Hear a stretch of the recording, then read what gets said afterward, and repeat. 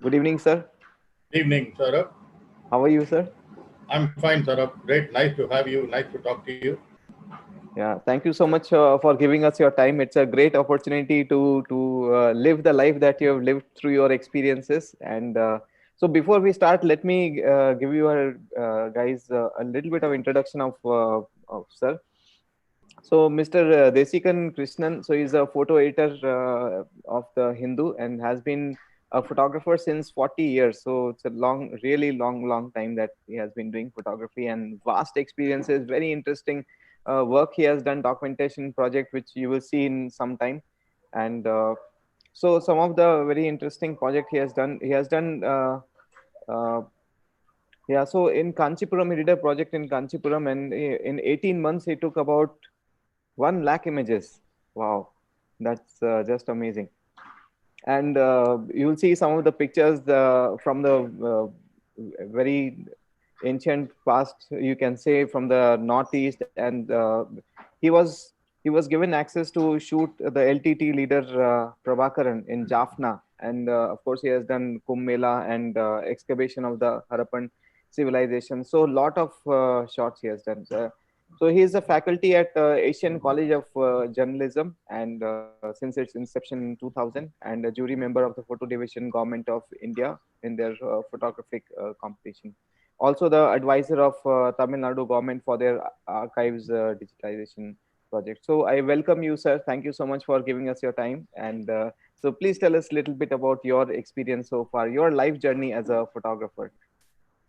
Well, I started sometime in 1975 after my graduation. My uncle was one of the leading photographers in Chennai.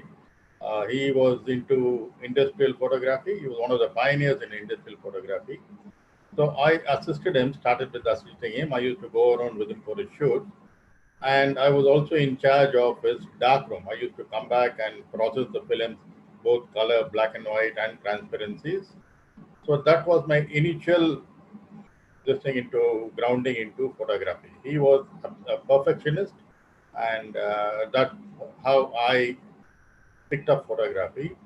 1978, I joined the Hindu. I got an opportunity to join the Hindu, and I was there with him for 12 years. And let me tell you that these 12 years probably I would rate as the best part of my life. Some people would say the school days were the best, the college days were the best, but I would rate this 12 years as the best period in my life. For one, I traveled. I traveled a lot. I came into close contact with sports persons, literally from, okay, cricket to any other game. And I also had my own money to spend. So these 12 years is what made me. And literally, I learned on the job. Journalism, photojournalism, and sports photography, I learned on the job. So, what was your most interesting, most memorable, or most challenging moment that you faced in your career? So everything is a challenge by its own. I cannot say this was the best and this was, there's no question of comparison. When I went to Nagaland, I was there for about 40 days. And that was a very interesting period. And Rajasthan was another, then Bhopal gas tragedy. There are so many incidences which I cannot pick out and say, this is this is the best phase. I covered the Olympics, and these are all very memorable moments, and it's very difficult to say. This is probably the best of my this thing. Probably the best is yet to come. Great, great, great. So, I can't wait to share your pictures, and maybe you can talk a little bit about your pictures. And in between, I'll ask you a few questions on how you took the pictures and maybe a little bit about your approach to photography. So, Yeah, shall we get started, sir? yeah, yes, certainly.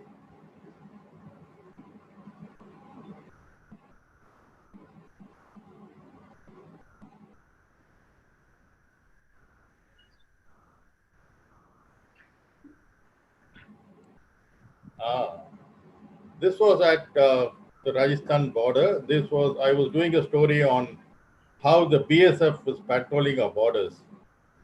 We traveled into the Thar Desert for about 2.5 days one way, and last one day, 1.5 days, we had to be on camelbacks because no jeep, even despite the special tires and all that, was able to cross the high sand dunes.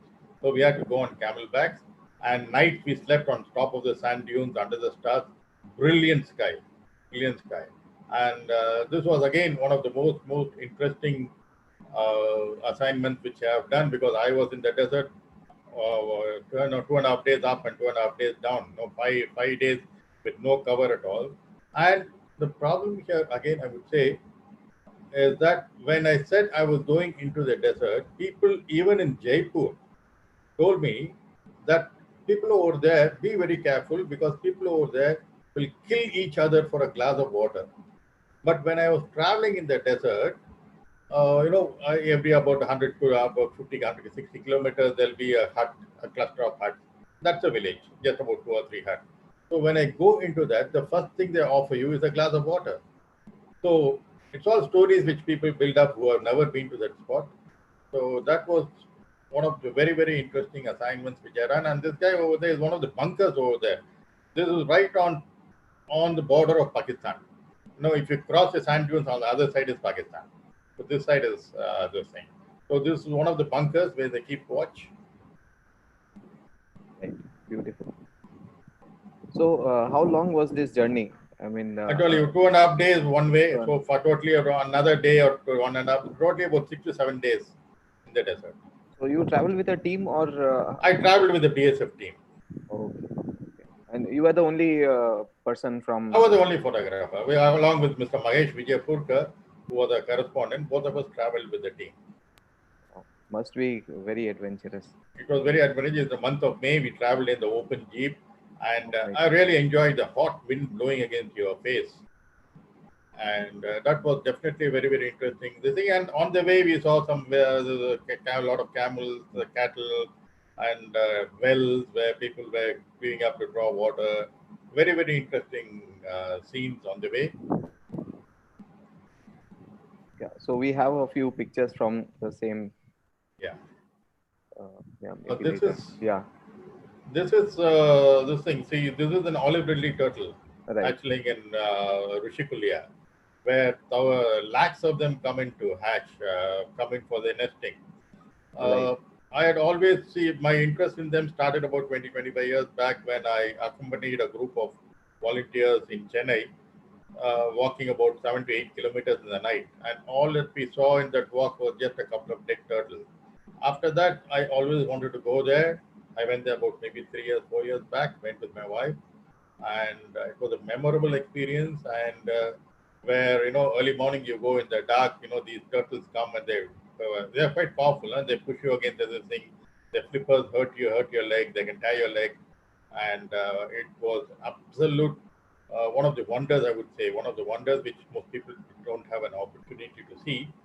And this again, kindled us to go back again, because the eggs hatch after 45 days. So after 45 days, we went there again to see the hatchlings coming out of the egg and getting into the sea. Beautiful. Must be a, amazing scene. This is certainly one of the wonders of nature. Right. Beautiful. So what kind of preparation do you do when you go to a place like this? You do a little bit of reading. Okay, you definitely have to do a little bit of reading on it. And then your equipment, you have to choose what equipment would suit it. And see, every assignment requires a different type of other thing. See, as a press photographer, I've covered right from sports to news events to calamities to this thing. Everyone requires every game. In fact, when you're covering sports, requires a different. When we come to sports, I'll talk about that. But every assignment needs its own preparation, needs a little bit of background, so that you would be able to function better on the field. And as far as equipment is concerned, you take a range of lenses. It's just not that when you go for an assignment like this, you take a macro, you take a wide angle, you take your zoom, you take everything. You take about 4 or 5 lenses you and go. Right.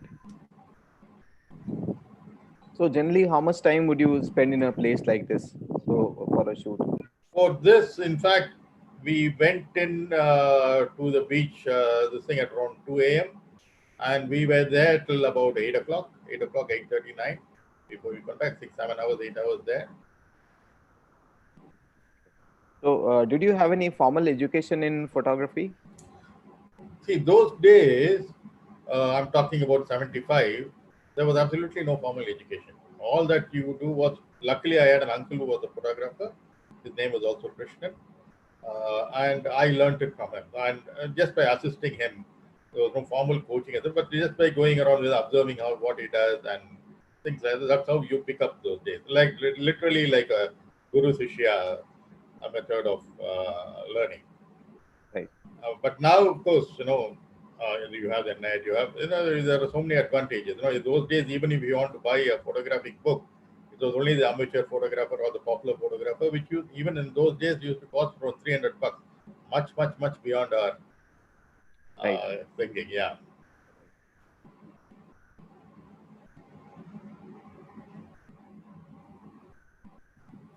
This is again the same place, Rajasthan. They are taking a break.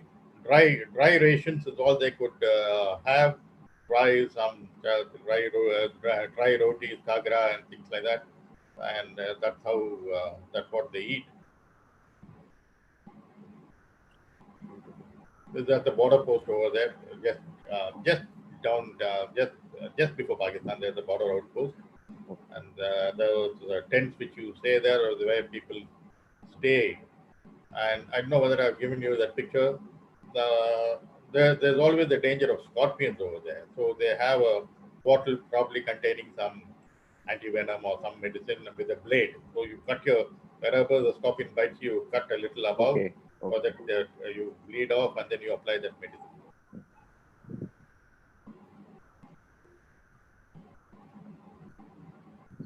Beautiful. Yeah, from we were the evening, we were there right from early morning. We reached there sometime in the evening. Next day, whole day we spent there. So how they are patrolling in the evening. Very nice.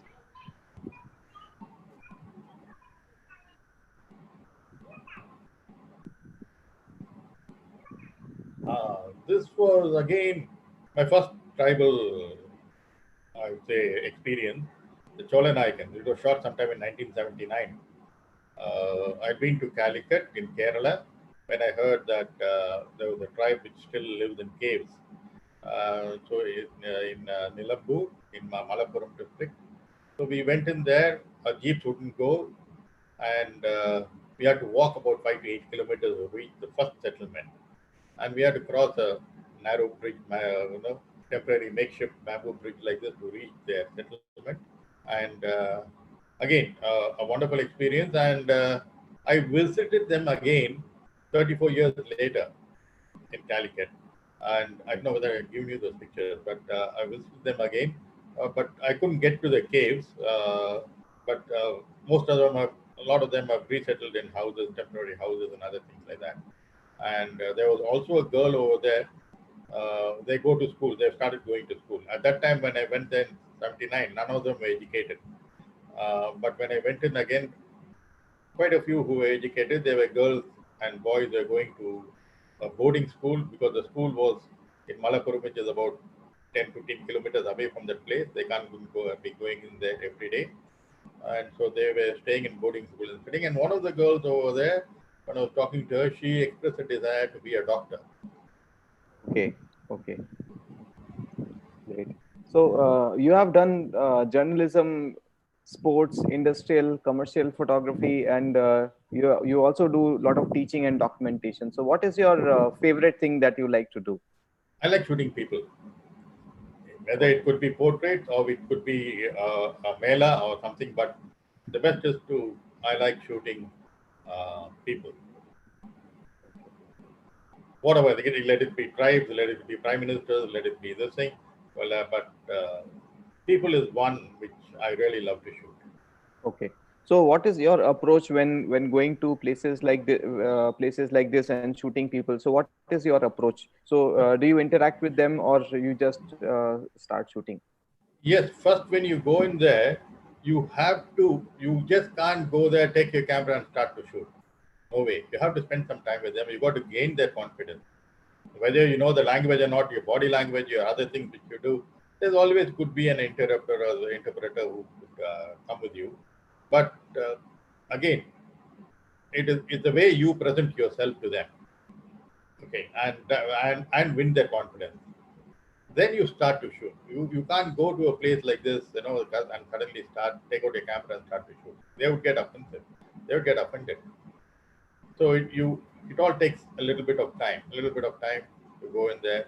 And other tribes, when you go, I always take some gifts for them.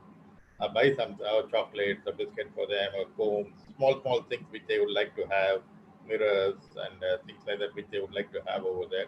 I buy them, go there, give it to them, and spend some time with them before I take out my camera to shoot.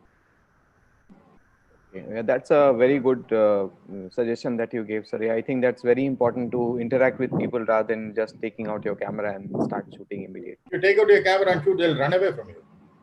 Yeah, right. Very good.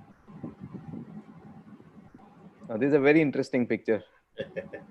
This is again, as I told you, good pictures can be made not only in big matches, but even in the local. It is an age group match, under 14, under 13, under 12. Those people, boys, are playing. And this guy was Asif Ismail, who later went on to play for India. He was one of the bad trainees, Britannia Amitraj Tennis. They had a training this thing in Chennai, where talented boys from all over India were trained. So when I went I was asked to cover this. So when I went in there, I saw the card for the day and spotted Asif Ismail. I knew he was one of the bad boys, and I went to cover his match. He was losing that day. Things were not going right for him. So he wanted me to leave. I didn't, because I was there in the space which was allotted for me. So he tried hitting a few dead balls at me. He did the thing, and I knew that he's going to do something. And I trained my lens on him. I kept following him. I trained my lens on him. He missed one volley, and he turned around and did this to me, and I got the picture. And normally it's a winner's picture which always gets published, but on that day we published a loser's picture. Right. So it makes me remember of the picture of Einstein. Very interesting. So he became good friends later. He also, in fact, the next day he was very upset because he got a banging for misbehaving from Maggie Amtiraj's mother. Okay. It was a bit sore, but later when I met him at Baruch during a Davis Cup match, he became very friendly, and he even wanted a copy of this photograph. Okay, great.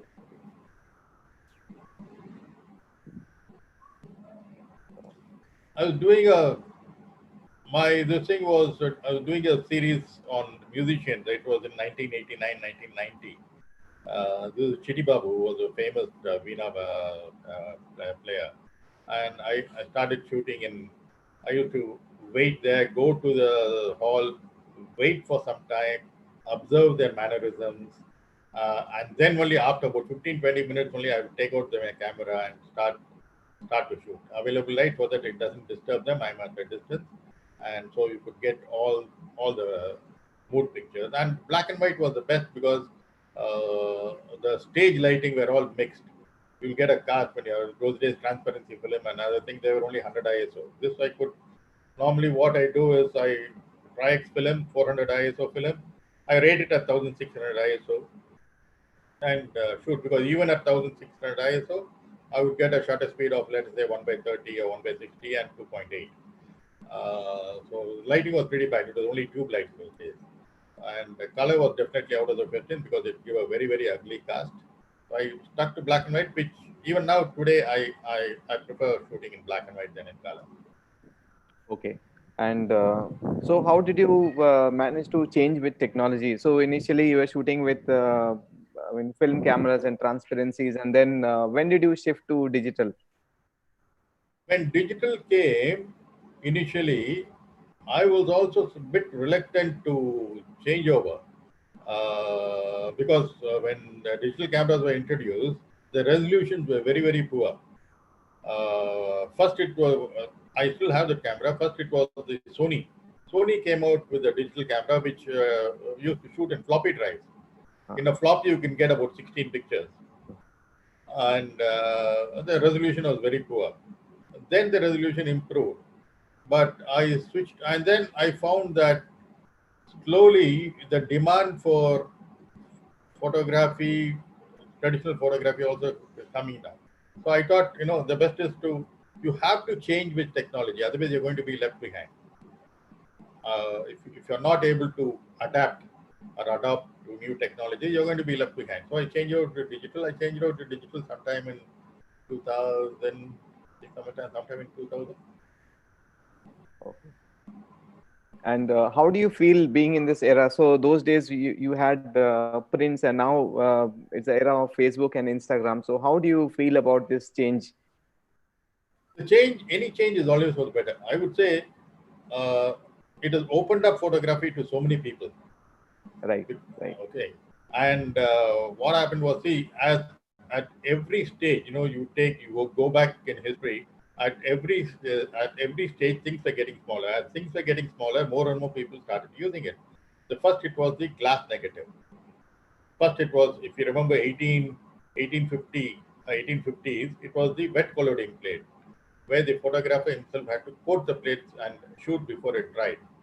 So right, probably a photographer could shoot 2 or 3 frames in a day. Then came the dry plate. Again, the number of photographers increased. Number of images shot also increased. Then came the film, 120 mm, increased, 35 mm, again increased much more. Now, digital, there's no end to it. I would say if I shoot 1 frame in film, it's equivalent to, nowadays they shoot at least 25 in digital. It almost 1:25 range. The number of pictures shot has increased. right, right. So do you think it's a positive thing? So at one time when I was shooting with film, I mean I used to really be really careful while taking one picture because it cost us a lot of money. And then I took it little casually when I started shooting film, and then I thought, no, I should really pay attention. I should think like going back to those era and still be very careful. What is your thought on this? See, one thing is, in terms of tonal quality, if you look at this picture on the screen, Right, you will not be able to, or probably I have not got this tonal quality in digital. I've also shot digital of musicians, but I've not got the shadow detail and other thing in digital. Definitely not this level of tonality. But again, there's a lot of advantages in digital. One, there's no problem, especially for the media. Media, it's instantaneous. Two, again, those days, even after you shoot, a lot of things can go wrong in the processing. right, And then there is always a generation loss between developing and then the printing and things like that. But nowadays, and then the major thing was the dust and scratches. All that is avoided now. Okay, and also the indexing has become very easy. Indexing, cataloging of digital has become very easy now. You don't have to right, make, you don't have to, and space required is also very limited. right, right. So how have you preserved your old negatives? All negatives, I don't have, because see, what I was doing is I was shooting only for my own negatives were all for companies and other things. I don't have to preserve them. It's all just lying around there. Okay. A couple of pictures, few important pictures. When I was with the Hindu, we don't get to have the negatives with us. Where negatives belong to the company. Okay. Okay. And so important pictures, I used to make some prints and keep for myself. Okay. So apart from the assignments that you did for the Hindu, did you also shoot something for your own self? There was no time for doing it. 12 years, 1978 to 90, I was on tour almost 8 to 9 months in a year. Wow. And whatever I shot when I was going on tour, a couple of pictures here, that's only the thing which personally, I didn't have the time or the thing to shoot for pleasure. I have always been shooting for.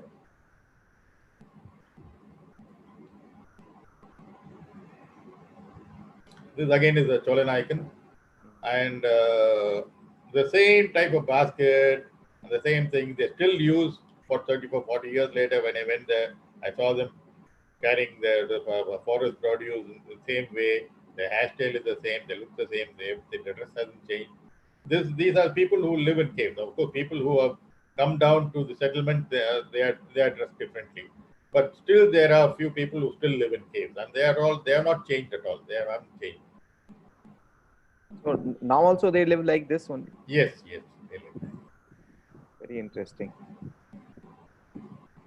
So how many days did you spend with these people? No, nothing. I just went there and spent a few. Second time when I went, I just spent a couple of hours over there. First time when I went, because I had to walk through the forest and all, it was more than half a day.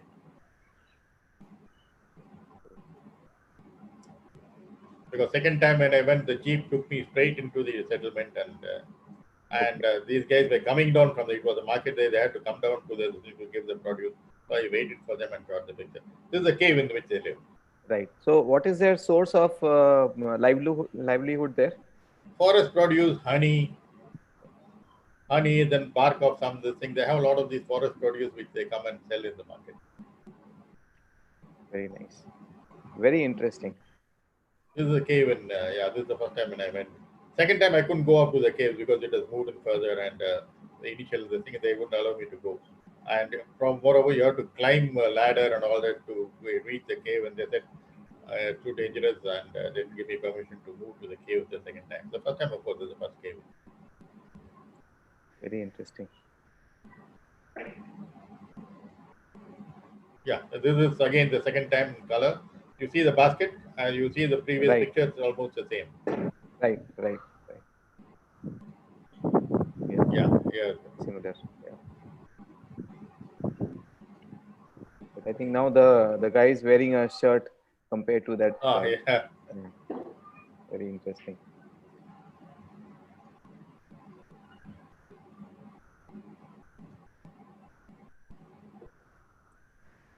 Where was this one? This is as one of the excavation sites, Harappan excavation in Dholavira. Dholavira. Okay. This is at the Harappan site, Right. which is very well preserved by the ASI, and this is one of the excavation sites. So this was when the excavation was happening. No, Dholavira was already excavated, and it was just being preserved. It was just cleaned, and Okay. I've been to other sites, Kipsara and couple of other sites where excavation was going on. I do not know whether I have those pictures here, but Dholavira was already excavated. Okay.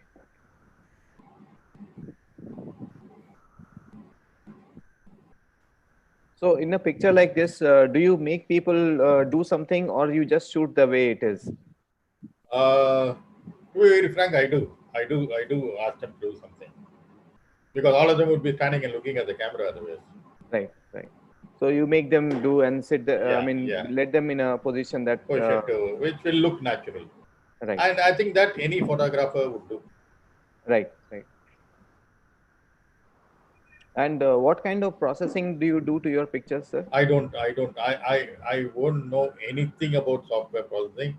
Only this thing I do, I might crop, if it is slightly under or over, I might change that thing. That's about all I do. I don't do any processing.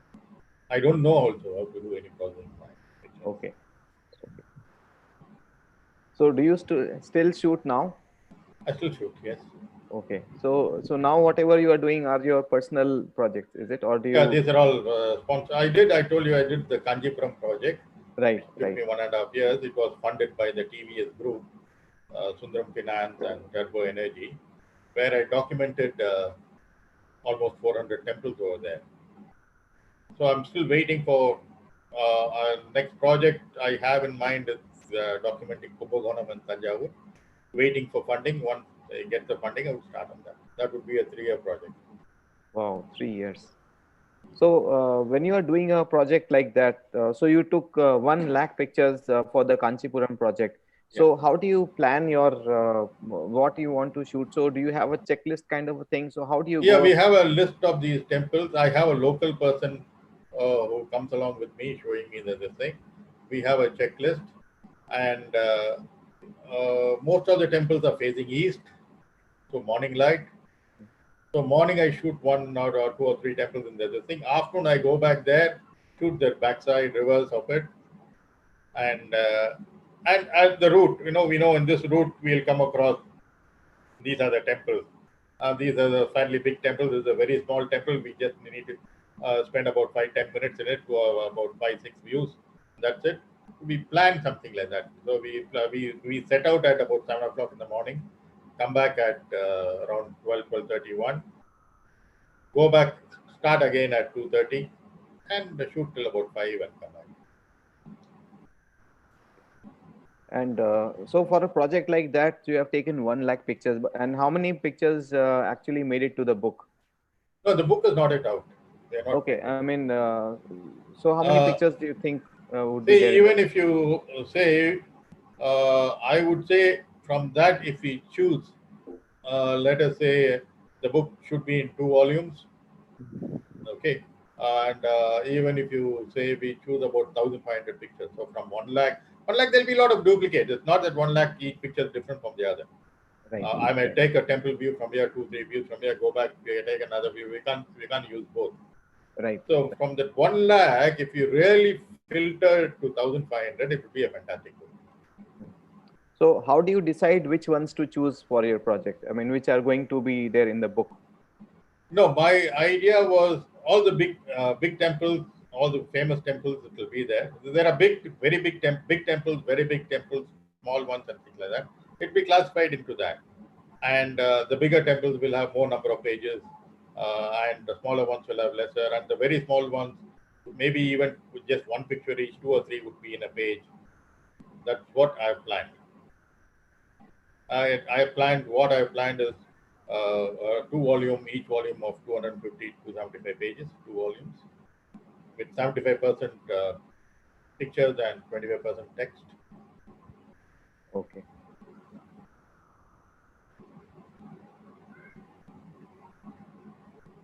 This again is Dolavira. This is the water tank, the excavated water tank. Right.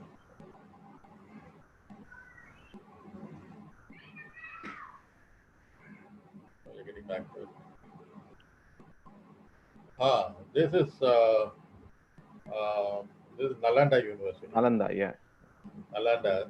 I had a chance to visit that, and the ruins of Nalanda were excavated, and I heard it burned for several days because they set it on fire.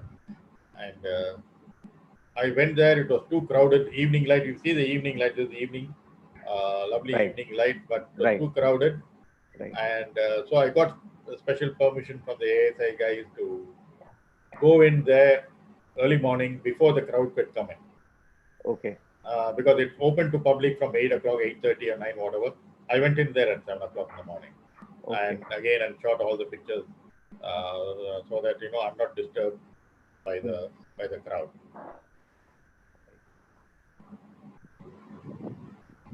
So how did you make this panorama? This is a panorama. This is a camera which has got a panorama mode. Okay. Okay.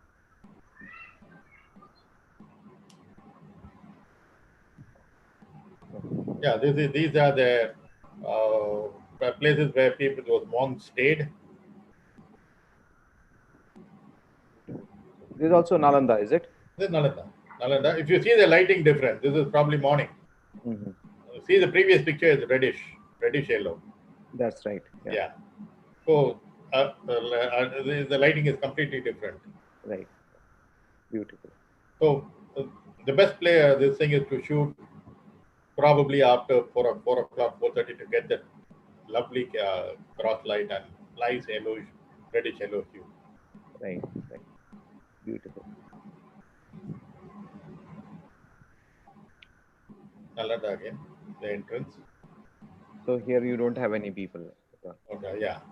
Even in the other one, the previous picture, there was nobody. Right. And you see the lighting difference. The reddish one would be in the evening, where with people. Right. Here, this is Yes. Yes. Right. Right. Very nice. So, what camera have you used over the years, sir? I mean, Nikon. I've always been a Nikon user for the last 40 years. I've been a Nikon user. Okay. I do use Hasselblad for some time, but basically 99% of my work is all Nikon. Okay. This is from the Kancheepuram project. This is from the Kancheepuram Ekambar Shiv temple. Ah, right. And this is the inner corridor. Mm.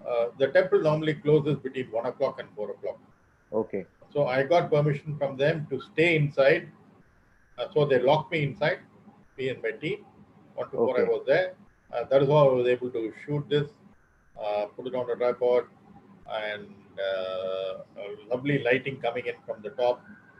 Right. And okay, wanted the maximum depth of field, cut to 16 or 22, and shot this. So I was inside for almost 3 to 4 hours with nobody else other than my team of 3, 4 people. Right.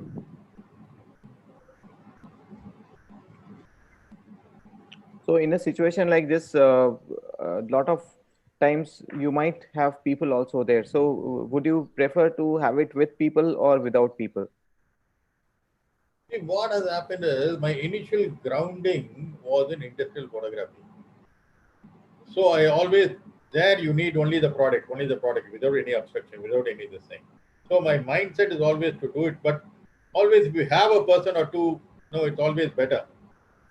So that you show the difference in size, the scale, things like that. Right. Okay.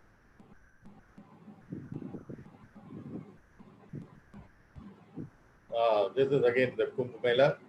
The main attraction there is the Naga sadhus who are naked. Right. They just cover themselves with ash, and there's again the ladies and other people come there to take their blessings. And Right. in fact, when I went in there, of course, some of those sadhus don't. They think some sadhus ask you for money, pay them, and Right. they pose for you. I lost my purse, and I got because I was preoccupied with shooting them. I was very excited seeing them also, and I lost my purse, but I got it back. But that's another very interesting story, and I built a lifelong friendship with the family who managed to return the purse to me. Of course, Okay. Okay. Great. So you have also documented Chennai twice. Okay, the last being in 2004, 2005, and you have taken about 10,000 pictures of the city. yes. So please tell us a little bit about that project, sir. Okay, I'm going to tell you about documentation photography. Yeah. Documentation photography in India is very, very poor. Even today, if I want a 100-year-old picture of, let's say, the Sri temple, I got to refer to the British or the German libraries. Systematic documentation is absent in India. I first documented it for the book written by Mr. S. Muthaya, Madras Past and Present. The past was from my collection of glass negatives which I bought over, which contained, which were the glass negatives were shot between 1880 and 1920 or 1930. I got a collection of about 1,500 glass negatives, which included both the wet and the dry collodion plate. So, in the first time in 1990, it was limited to what the glass negatives had 100 views. Okay, Mr. Muthaya was very particular that I had to shoot it from the same angle, same this thing, to show the comparison. Then again in 2004-5, I had another opportunity to document the entire city, again funded by the TVS group. This was funded again by the TVS group. I documented the entire city. It took me almost 2 years to do it. Right from starting from Ennur, I don't know whether you're familiar, Ennur, right up to Mahabalipuram, the side roads, as I saying. And at the same time, also the this thing, festivals, rituals, festivals, and also the small-time traders who may not be in existence 25 years from now, like the coconut tree climber, the guy who comes to your house to sharpen your knife, or the Kilijosium, the guy who tell your fortune with those parrots, all those, even those things were documented that time. That's why I have a collection of over 10 to 12,000 images of the city, new city with me. And every 10 years, 15 years, the city should be documented. There are a lot of changes. From what I've shot, there are a lot of changes in my own city. Now, this is one thing I would say to the younger photographers: take up documentation photography. It is a must. You can get funding for it. It comes under CSR funding. You can get funding for it and work on this one.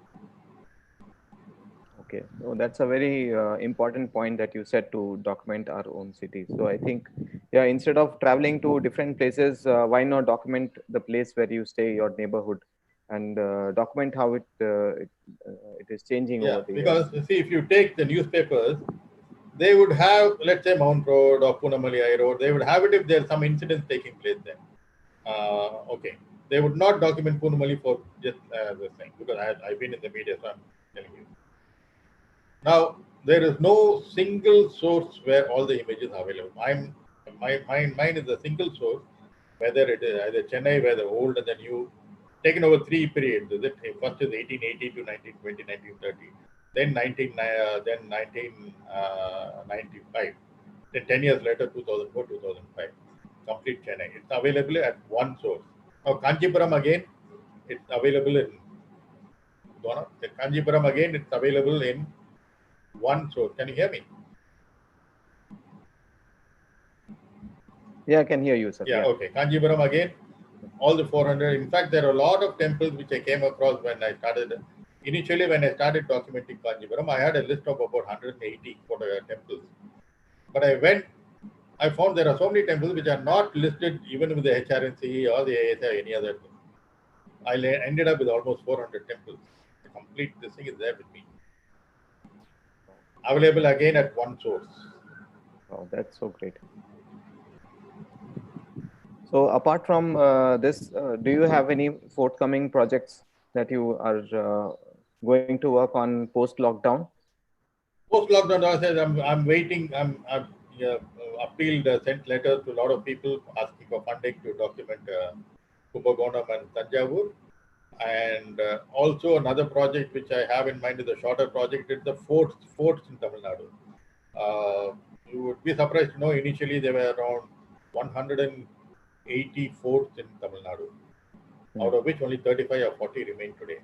Okay. Most of them dating back to the Sangam era. There were forts on water, there were forts in forest, there were forts in hills. Nobody knows what has happened to the rest of them. So when I'm doing this documentation, probably even the temples and this can be done together. I would also do a research on what has happened to these forts which were there. I have the list. I know what has come in their place, what has happened to these forts. These are the two projects which I have in mind. Post-COVID, provided I get a sponsor, yes, I would do it. And these projects, documentation projects, I always take two Viscom students with me to help me and also for them to be trained. In fact, when I did the Kancheepuram project, I had almost 24 to 25 students for a period of time accompanying me. Okay. Okay. That's great, because they will also learn from your approach, Yes. the way you do it. That's really great.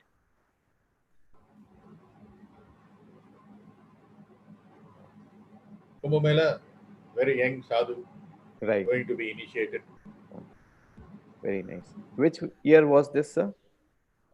This was 2013, I think. When was the last Kumbh Mela? 2012 or 2013? Okay. Okay. Great.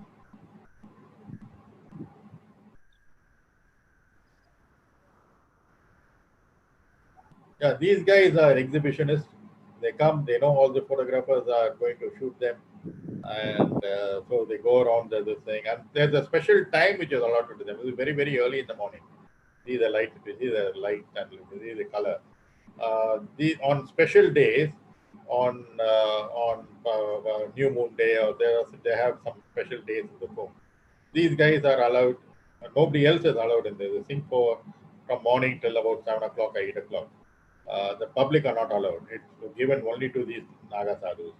So they come with a lot of funfair, with drums beating and things like that, horse riding, and they know that they're going to be photographed. Some people show off. Yeah, this guy. Interesting.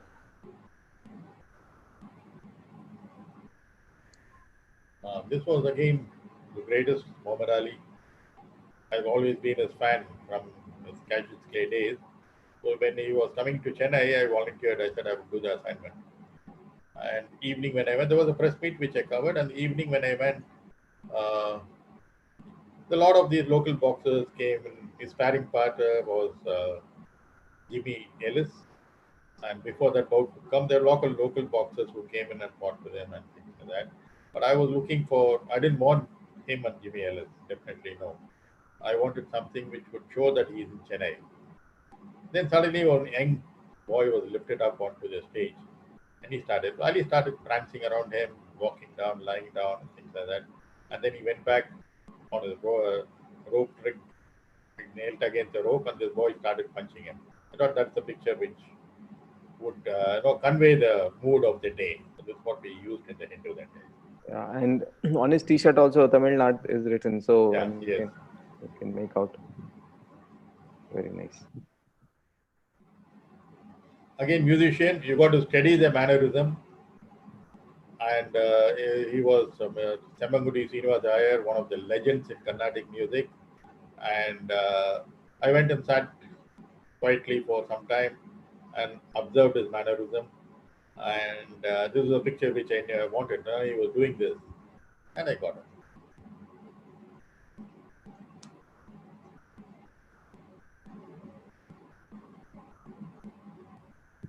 Another great Veena Balachandra. These are the things. These are the moments which you wait for. You just go there. Don't. Again, what I see nowadays is digital camera. Again, those days, as you said earlier, film. Okay, we have to be conservative. We can't shoot. We can't shoot like we are doing today. Right. So you have to shoot at the right moment, at the right time. So this I observed him for some time. I can't afford to shoot 150 pictures. The office will fire me. And so this was the thing. He waited for the mood and got my photograph. Great, great. Same, ML Vasantakumari. Play around with your depth of field, open up so that you get only her and focus, get the background out. Beautiful. So, did you publish any book? Of your general works apart from the ones that the temple and No. Temple is all not published, not yet published. Waiting for a publisher.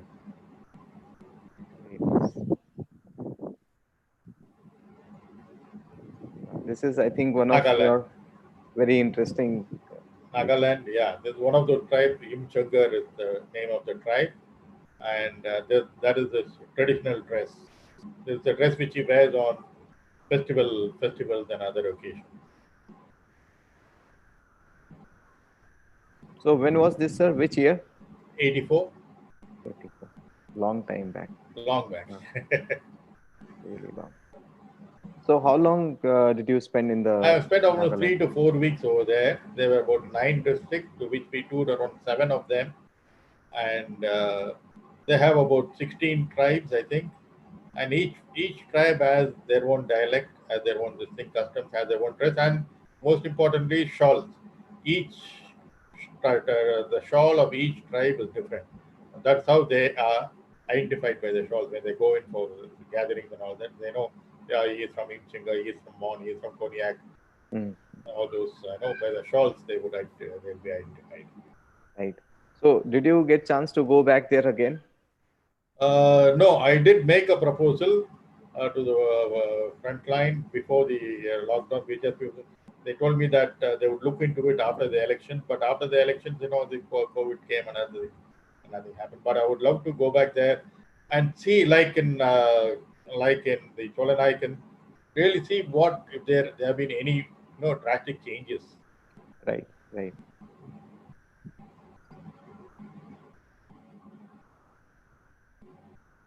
This is the Cognac, and this of course is not his traditional dress. He came dressed with a jacket because his best this thing because the photograph I was going to photograph him. And those stones which you see on the right hand side, right, each stone represents the head of the enemy they have cut. And the bigger the stone, the mightier the enemy should have been. That is the background, the place where he stays. Very interesting. So, and they carry guns all the time. They carry guns all the time. They carry guns. Even on the road when they're going. for fear of wild animals, not to shoot you and all that. Uh, And for fear of animals, well, they also use it for hunting. Yeah. And this is a close-up of the guy. Look at his face. yeah. And his chest is got these horns of the buffalo. I mean, teeth of the buffalo. Right. Right. So how were their behavior when you reached there? So you again. So language was a problem. Did you have anybody to translate? Language was a problem. Being a vegetarian was a problem. And then I had somebody with me. The Nagaland government had sent one interpreter with me, and they have this habit of, when they knew that we were coming, sometime in some villages, the village elders will line up, about 20, 25 of them. So when I go in there, they have a lot of Western this thing. So when I go in there, I have to shake each and everyone's hand before entering the village, and then do my photograph. So when I come back, I got to shake their hands again. And so very, very interesting this thing. And for them, they have never seen a vegetarian. So they used to call their children around and then say, "Hey, this man doesn't eat meat." And then all of them used to have a good laugh at me. Okay. Okay. So how did you survive with respect to food? No, early morning. See, Nagaland is a place, you can't carry anything. Even bread is not available there anywhere. And you eat something in the morning, and that's it. There's no question of packing anything and all. Nothing is available. So you just eat something morning, starve throughout the day. You get back by 4 o'clock. By 4 o'clock, it is night over there, the season when I went. So you get back by 4:35 and then eat. Okay.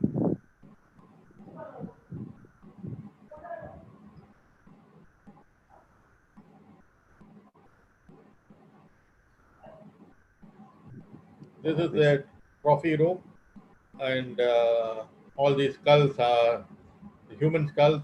It's the head of the enemy they have chopped. They store it there, and this Ang is the name of the chief. Ang is the title of the chief. Chief is known as Ang. He took me there and very proudly displayed this to me. Wow. This is mind blowing. I mean, things like this exist. I mean, a lot of people won't even know. Yeah.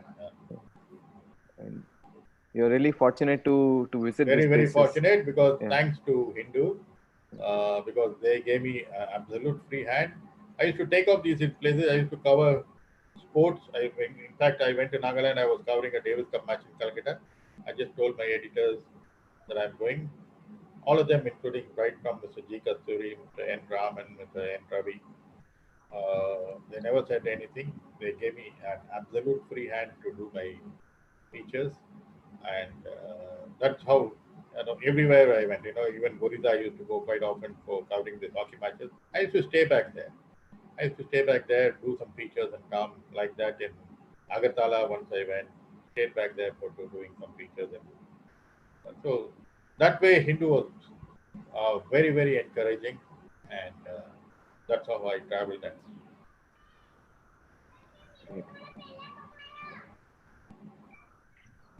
This was my first match for the Hindu.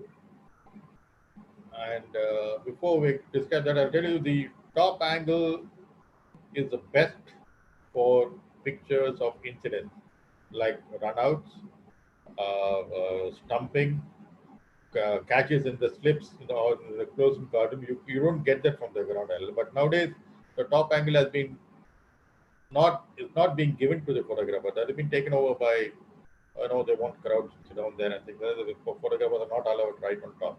But this was right on top of the Pavilion Terrace, and the Dilip Doshi's first match, my first match also for the Hindu cricket. And this was a freak dismissal where the ball hit the bowler Dilip Doshi's fingers and dislodged the bail. So Alan Border gave a little bit of start and tried desperately get back, just failed by a couple of inches. You see the crease, just a couple of inches away. It's a lucky shot, lucky thing. It all depends on being alert. Right.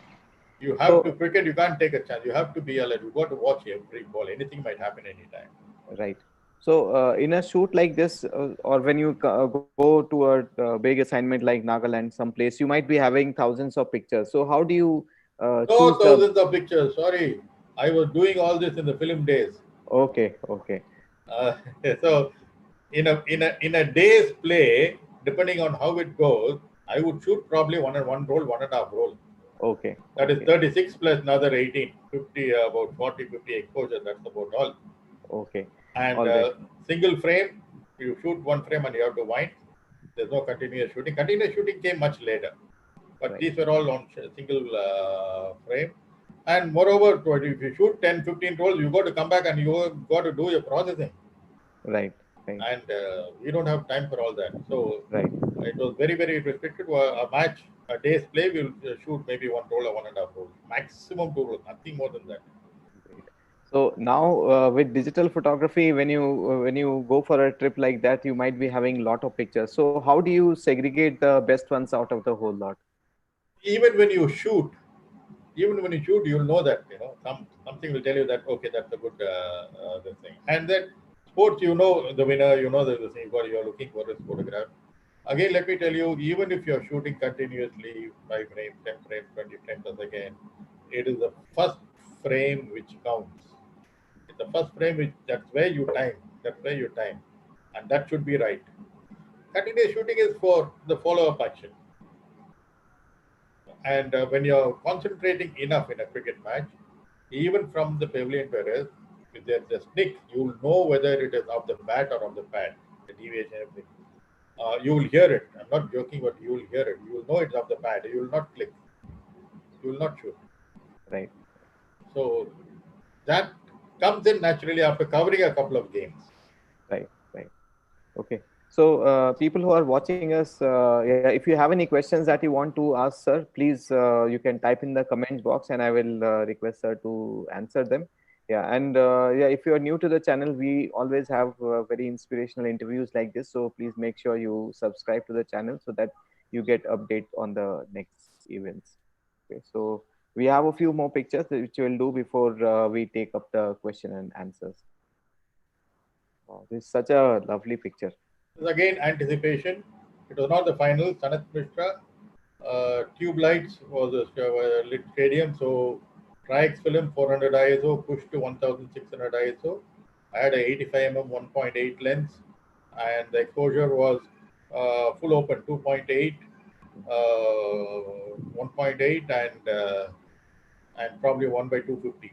Now I knew that he was winning a couple of more points, so I moved around. I knew that he would do something again. I anticipated, just as I expected. He jumped up in this thing. I got the picture, and if you know again, all these pictures, if you know when to click, you can arrest movement even at 1/60. Even a pole vaulter can be arrested at 1/60th if you know when to shoot. Because at the peak of action, there is always a momentary split second, less than a split second Right. still. At that moment, you will have to anticipate and shoot. Then you Right. can get it. Right. And I am just wondering how you still remember the settings so flawlessly for every picture. Well, that just comes as this thing because badminton, those days people used to shoot badminton when they were practicing, and then they will push off. But I made it a point to shoot the match. Mm-hmm. I awarded it by the thing. We had a Promicol developer which used to increase the ISO by 50%. So got that Promicol main breaker Promicol developer and shot it at 1600 ISO. And Great. this was the picture which I was telling you about, a story about that my lost purse in Kumbh Mela. I went to Ayodhya from there. I got a phone call. The person was speaking in Hindi. I couldn't understand what it was. So I got the number down and I told him I'll call later. So I called him much later in the evening. His daughter was there. She picked up a call. She was in an 8th standard, 9th standard, whatever. And she could speak English and we got speaking. And she told me, then I sent them my address. Then they said, I got the purse back after 15, 20 days because they were in the remote this thing in Haryana. For them, they had to come down to the city to parcel it and all that. Then we became friends. That girl used to call me because she wanted to speak in English. which he used to call me quite often. I used to call her. We used to keep speaking and like that. And when I went to Rakigari, I had to pass through their village. I wanted to surprise them. I sort of found out their house and went there and spent some time with them. And this is the father and his mother in that house. It was a very, very pleasant surprise for them. We spent about 2 hours there with the family, and then proceeded on to an assignment. We are still in touch with that girl and the family. I still call them up. They call me, and that was the story of the lost purse. Great. Great. Interesting. Very interesting. So thank you so much, sir, for sharing all the knowledge and the information about the pictures. So we'll take a few questions that we have Yeah. from the Okay. audience, and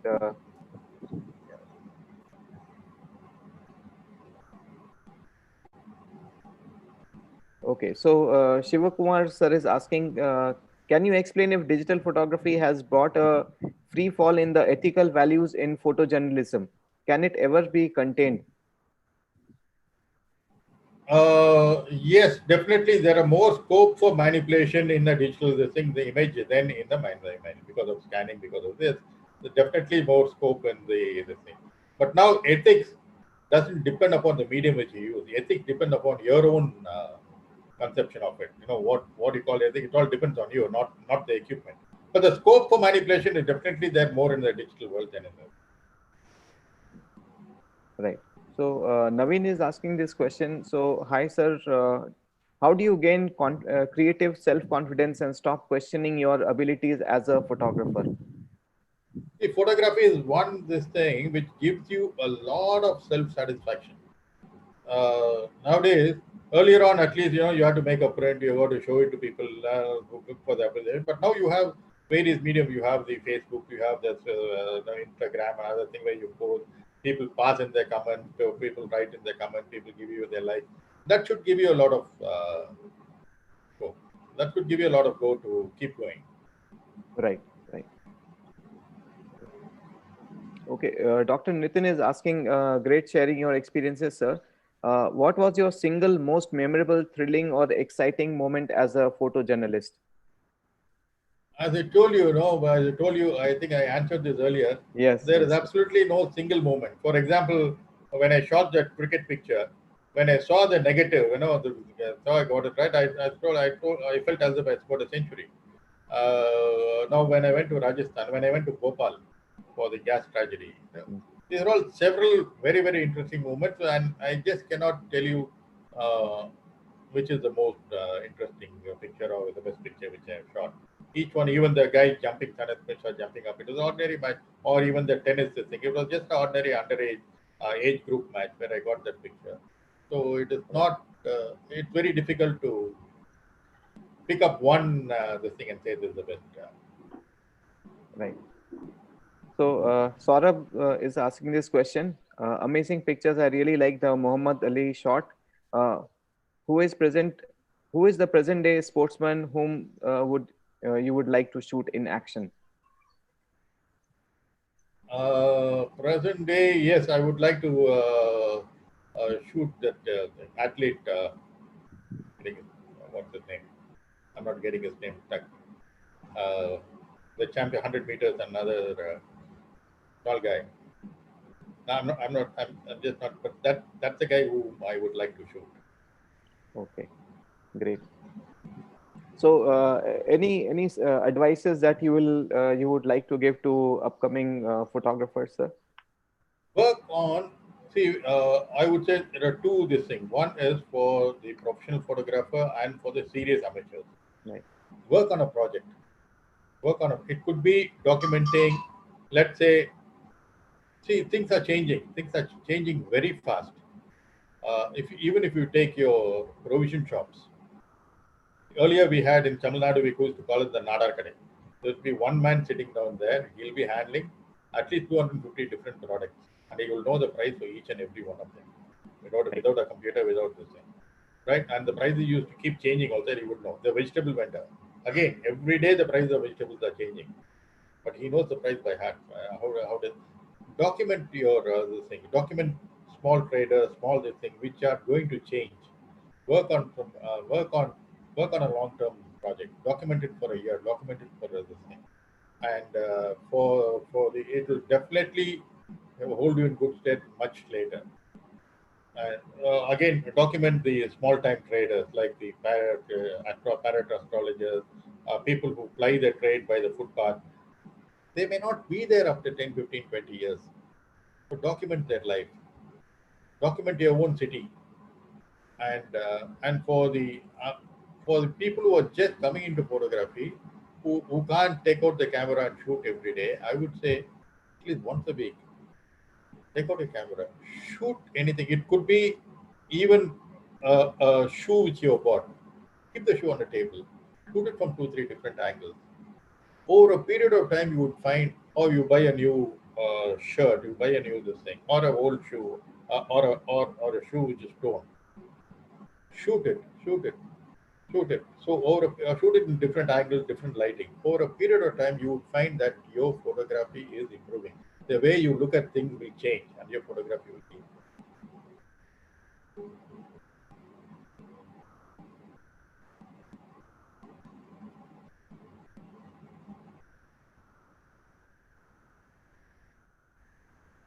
I can't hear you. Yeah, yes, sir. You were saying something. No, that's what that is. Yeah. You've got to take your camera out. As I told you, anything new, anything in your house, or the food which your wife make or your mother make. Yes, at least try and take the camera out twice a week.